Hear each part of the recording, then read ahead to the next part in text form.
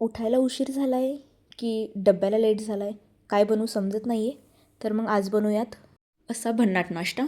रव्याचे उत्तप्पे बनवण्यासाठी एका भांड्यामध्ये आपण 2 वाटी बारीक चाळलेला रवा घेतलेला आहे आणि यामध्येच आपण 1 वाटीच्या प्रमाणामध्ये दही ॲड करून घेणार आहोत.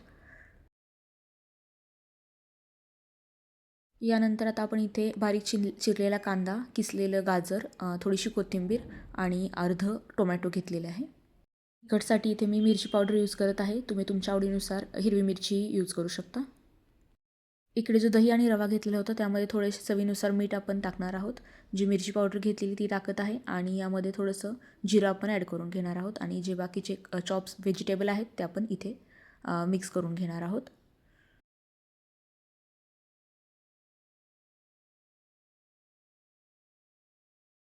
बेटरच्या कन्सिस्टन्सी जशी आपल्याला हवी आहे त्याप्रमाणे होण्यासाठी जसं लागेल असं आपण यामध्ये पाणी ॲड करून हे मिश्रण फेटून घेणार आहोत, एकजीव करून घेणार आहोत इथे.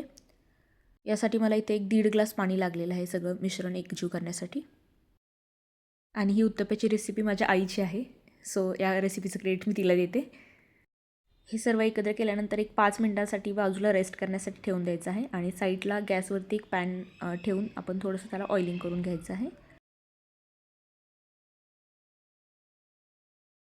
तव्यावरती हे बेटर एकसारखं पसरून घ्यायचं आहे.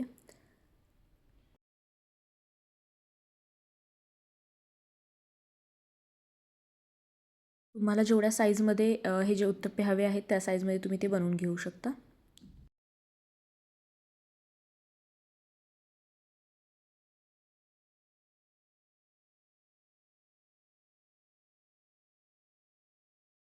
हे बेटर एकसारखं पसरून झाल्यानंतर आपण याच्यावरती एक 2 ते 3 मिनिटांसाठी झाकणी ठेवून देणार आहोत आणि गॅस मंद आचेवरती ठेवायचा आहे. आता हे एकदा पलटून घेऊयात आणि दोन्ही बाजूने चांगलं भाजल्यानंतर हे सर्व करण्यासाठी रेडी आहे.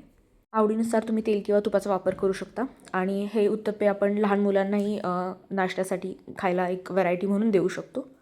अशा साध्या आणि सोप्या रेसिपीजसाठी आपल्या चॅनलला सबस्क्राईब करा. व्हिडिओ आवडला असेल तर लाईक करा. Thank you so much for watching.